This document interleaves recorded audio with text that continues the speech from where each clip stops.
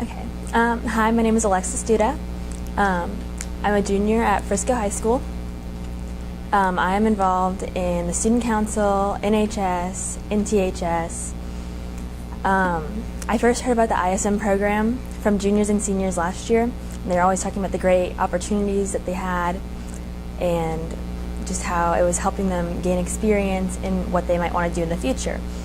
And after hearing all this, I knew it was a great opportunity and that I should be in it. For as long as I remember, I have always had a passion for animals, but I've always struggled with the disadvantages of being a veterinarian, such as seeing animals suffer, seeing them be put down. So I knew that ISM would be a great opportunity to, experience this field and see if it's something I could do with my life. Recently, over the summer, I started volunteering at the SPCA in McKinney, and I actually got to sit in on a few spays and neuters and get to experience some of the surgery aspect. And then I've also owned a lot of animals in the past. We've had everything from turtles to dogs, cats, fish, and we have a parakeet. So I learned so far the variety of the information from interviews I've conducted with local veterinarians. My first interview was with Dr. Jillian Hunter from Lazy Paws Animal Hospital. She's familiar with the ISM program. She's done it multiple times in the past, so I knew that she would be a good first interview.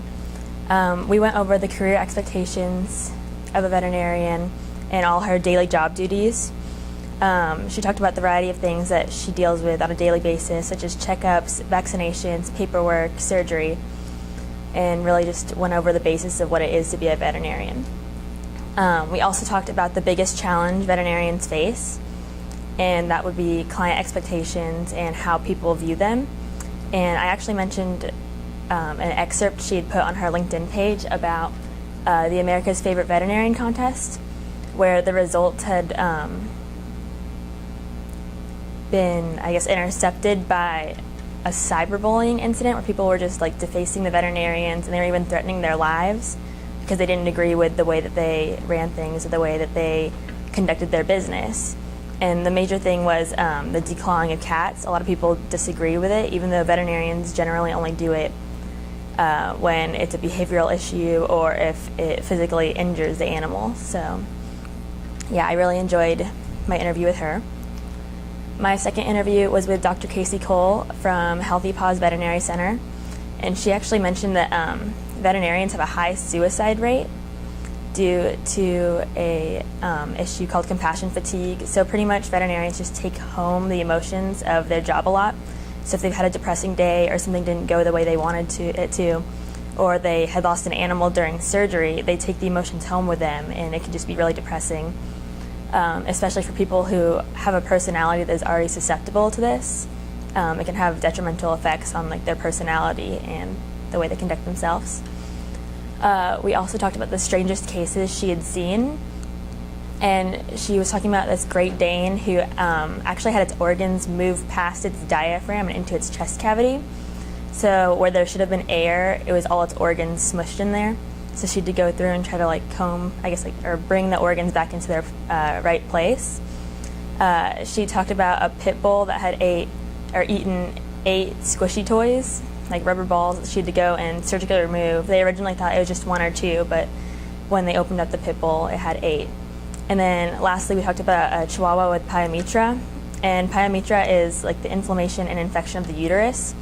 And she showed me a picture on her phone where they had the dog on the operating table, and when they had taken out the uterus, it was resting on top of its abdomen, and it was pretty much the size of the dog.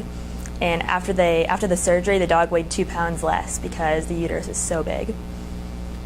My third interview was with Dr. Schultz from Maisie's Mission, and she actually runs a nonprofit vet clinic, which I found was really interesting since I'd only interviewed people from private practices. And she talked about her inspiration for opening this nonprofit vet clinic was her dog Maisie, who had a lot of health problems and had actually had to have her front leg amputated. So because of this, she performs a lot of amputations, and they actually have a specialist that comes in every once in a while to help out with these amputations, just helping out. And then she talked about the difference between private practice and nonprofit organization. And the reason she left private practice was she disagreed with a lot of the policies. She explained that the vet she'd worked with, she felt like they were working more towards the owner's needs rather than the animals. So people would come in and request their animal be euthanized because they were going on vacation for 2 weeks, or they just didn't want to deal with it anymore. And the vet would do what they wanted. So she just didn't agree with that, and that's why she went to nonprofit organization. And she deals mainly with rescue animals and helping animals that might not have been able to get the veterinary care if they went to a regular practice. My fourth interview was with Dr. Lindsay West from McKinney Animal Hospital. I found it really interesting. We also talked about the strangest animal she's dealt with, and during her education, she was an extern at the Fort Worth Zoo, and she was explaining to me that she had done like dentals on alligators, she had restrained a kangaroo for vaccination, she'd sedated a lion. I just found this really interesting compared to the other vets I'd interviewed who mainly dealt with domestic animals such as dogs and cats. So I found this really interesting and something I might want to look into.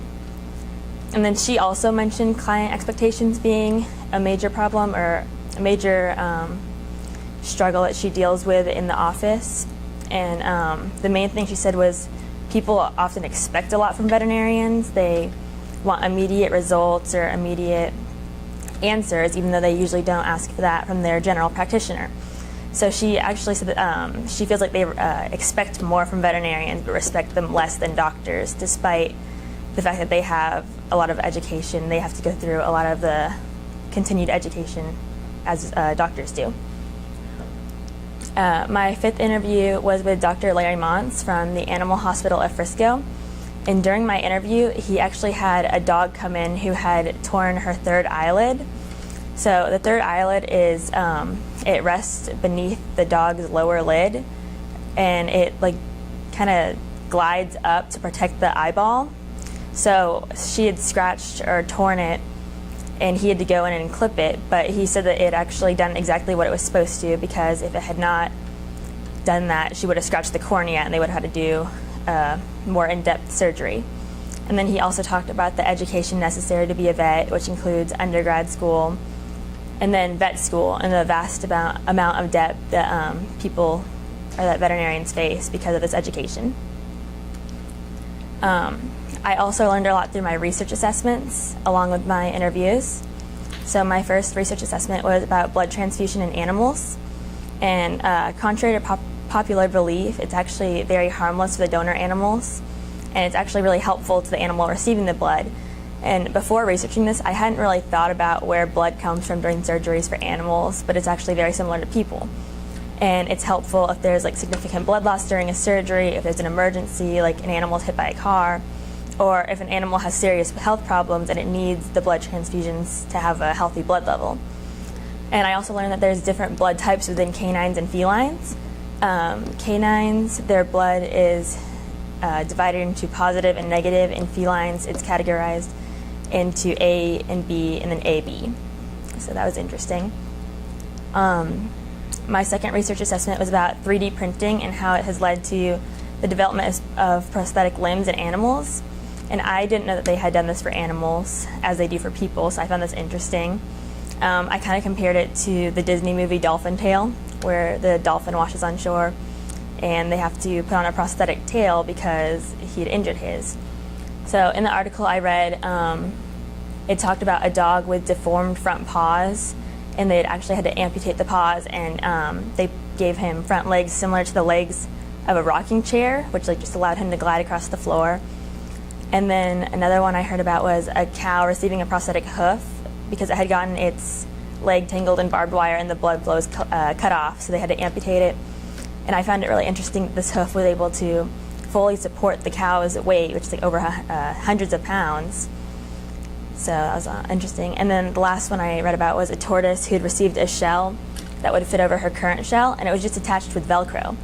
But the tortoise had a rare condition where the shell was bumpy and rigid, and when other like tortoises climb on top of it, it can lead to infection. So they put this other shell on top of it to avoid this. So here's a picture. If you see the red thing is the shell that they attached with Velcro that would prevent the infection. My third research assessment was how dogs process faces in a specialized area of their brain. And so during this, scientists put dogs in an MRI and they scanned the dog's brain activity, and they found that there's a specific area of the brain that lights up called the DFA, or the dog face area. And I found this really interesting because a dog's average attention span is 15 minutes, but an average MRI can last up to 45 minutes. So not only were they training these dogs to remain focused on the 2D images when they were usually more familiar with 3D objects, but they trained them against their primal instincts to stay focused and be able to learn this.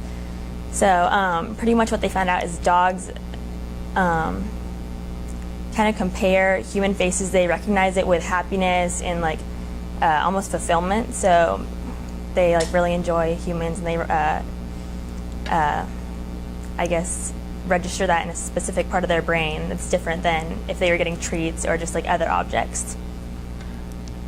My fourth research assessment was over canine hydrotherapy, and this rehabilitation option, it helps build up muscle tone without adding stress to the already damaged muscle or tendon, and it's growing in popularity. So I put a little video on there. You click it.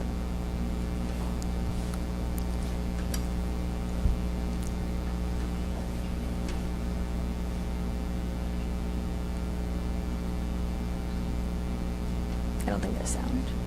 No.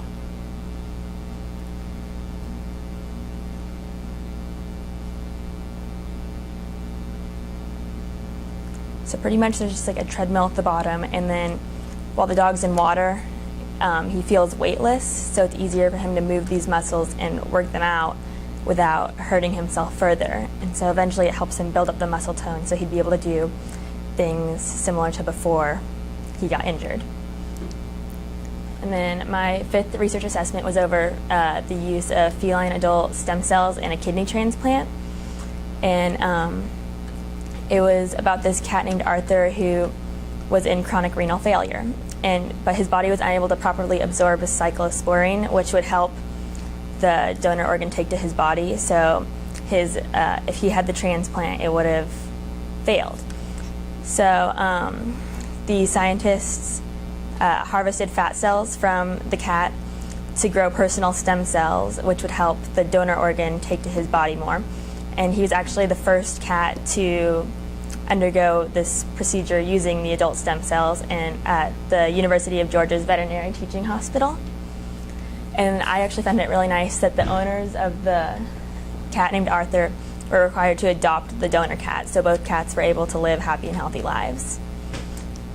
Now I'll talk about my mentorship and my original work. Recently I chose Dr. Jelaine Hunter as my mentor. She was the first vet I interviewed.